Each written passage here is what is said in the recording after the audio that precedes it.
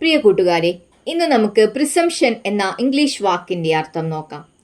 Presumption എന്ന വാക്കിൻ്റെ അർത്ഥം മുൻധാരണ, അനുമാനം, പൂർവ്വധാരണ, തെളിവില്ലാതെ സ്വീകരിക്കുന്ന ധാരണ. ഒരു ഉദാഹരണം പറയാം. His innocence is the basic presumption in this case. ഇതിൻ്റെ അർത്ഥം ഈ കേസിൽ അവൻ്റെ നിഷ്കളങ്കത അടിസ്ഥാന ധാരണയാണ്. മറ്റൊരു ഉദാഹരണം പറയാം. We operate under the presumption that all members will contribute. ഇതിൻ്റെ അർത്ഥം എല്ലാ അംഗങ്ങളും സംഭാവന നൽകുമെന്ന ധാരണയിൽ ഞങ്ങൾ പ്രവർത്തിക്കുന്നു. കൂട്ടുകാരെ, ഒരിക്കൽ കൂടി പറയാം.